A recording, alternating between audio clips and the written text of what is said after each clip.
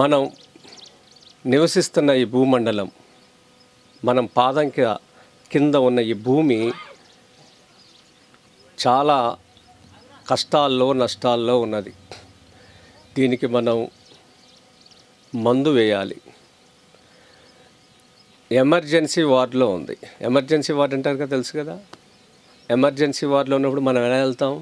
మనకు తెలిసినటికి కంగారుగా వెళ్తాం, ఏమైపోద్దో ఏమైనాలో అని వెళ్తాం కదా. ఐసీయూ అంటారు కదా, ఇప్పుడు ఐసీయూనా ఇన్సెంటివ్ కేరా.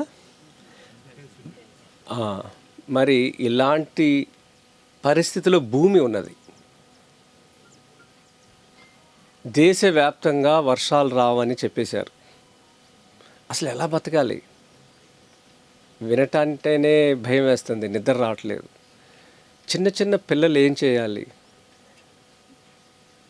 పట్టణాల్లో మురికి వాడల్లో ఉన్నవాళ్ళు నీరెట్లా, వాళ్ళు ఎలా బతకాలి?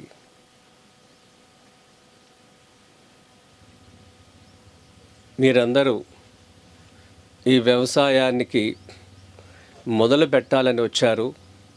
మొదలు పెట్టడానికి ముందు మీరు శ్రీకారం చుట్టాల్సింది జలయజ్ఞం, వాన నీటిని సంరక్షించుకోవాలి.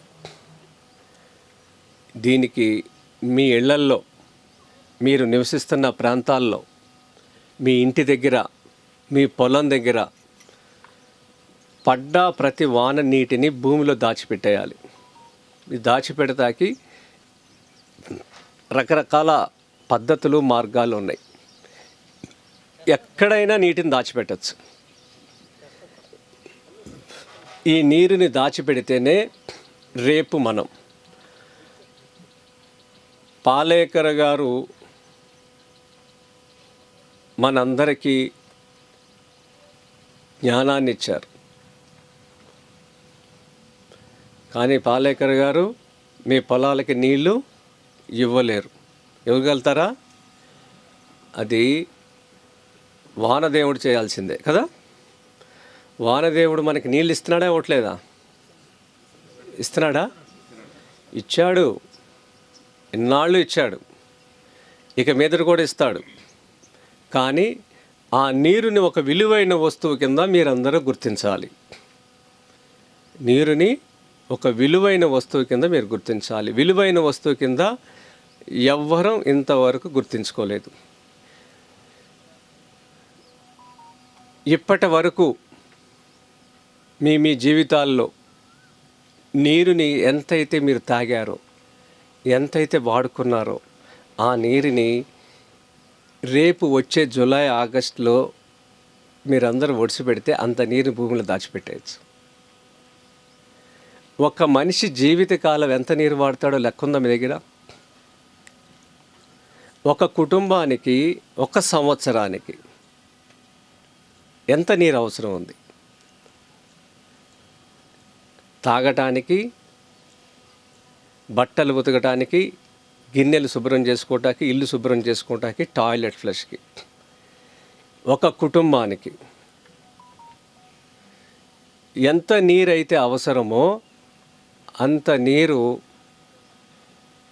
ఒక్క వర్షాకాలంలో పడ్డ నీరుని దాచిపెట్టుకుంటే 2.5 సంవత్సరాలు మీ జీవితాలు గడుస్తాయి. ఒక్క వర్షాకాలం సీజన్లో దాచే నీరు మీ ఇంటి అవసరాల మొత్తానికి 2.5 years సరిపోతుంది. అంత నీరు మనం వృధా చేస్తున్నాం. నీరు లేకుండా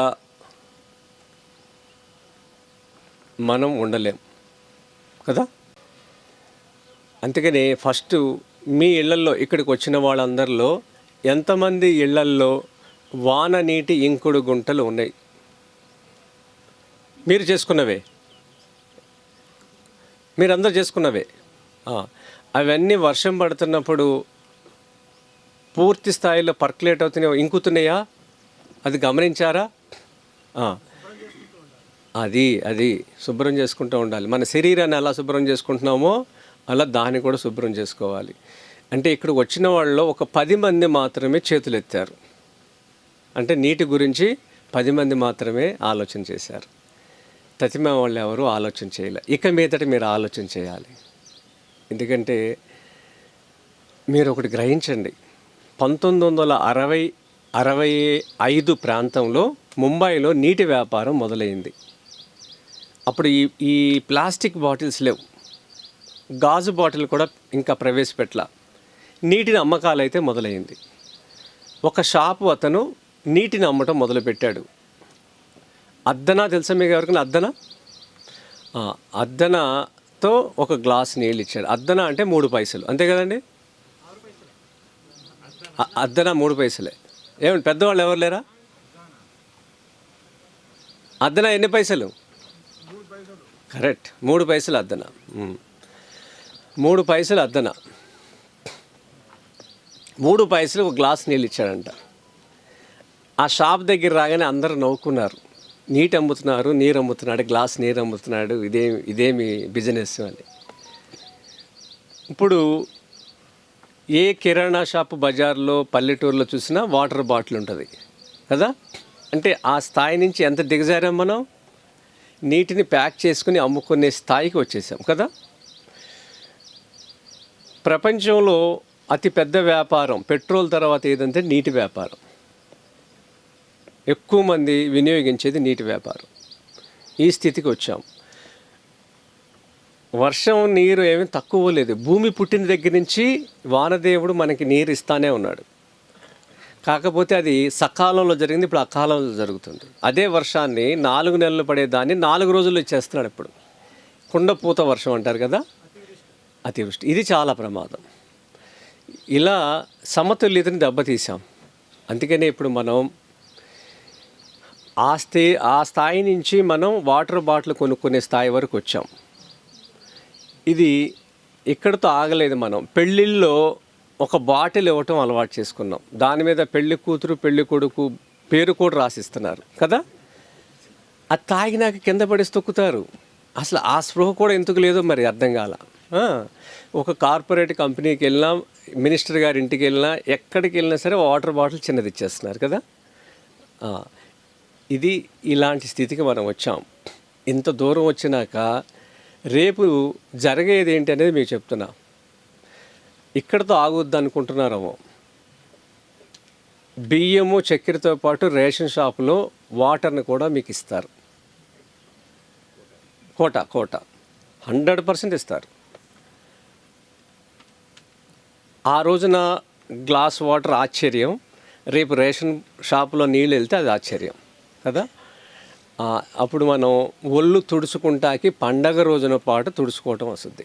తల స్నానాలు పోతాయి. మీ మనవాళ్ళు చెప్పుకుంటారు, మా తాతలు స్నానం చేసేవాళ్ళు అంట. ఆ రోజు వస్తుంది. అందుకని కృతజ్ఞతాభావంతో మీరు బతకాలి. భూమి మనకు అన్నీ ఇస్తుంది. చిన్న ప్రయాణంలో మనకి ఏదైనా ఎవరైనా లిఫ్ట్ ఇస్తే దిగంగానే వాడికి వంగి నమస్కారం చేస్తాం, థ్యాంక్స్ చెప్తాం. చిన్న ప్రయాణం. మరి ఈ భూమి మీద ఈ ప్రయాణంలో ఎన్నిసార్లు పెట్టాలి నేలకి మన దండం కదా. ఈ కృతజ్ఞతాభావం మీ అందరిలో ఉండాలి. మీలో ఒక ప్రకృతి ప్రేమికుడు తయారవ్వాలి. భూమిని రుణపడి ఉన్నాం మనం. ఆ నీటిని దాచుకుందామని ఆలోచన చేయండి. ఇది మరిన్ని అప్డేట్స్ కోసం బ్యాక్ టు రూట్స్ యూట్యూబ్ ఛానల్ని సబ్స్క్రైబ్ చేసుకోండి.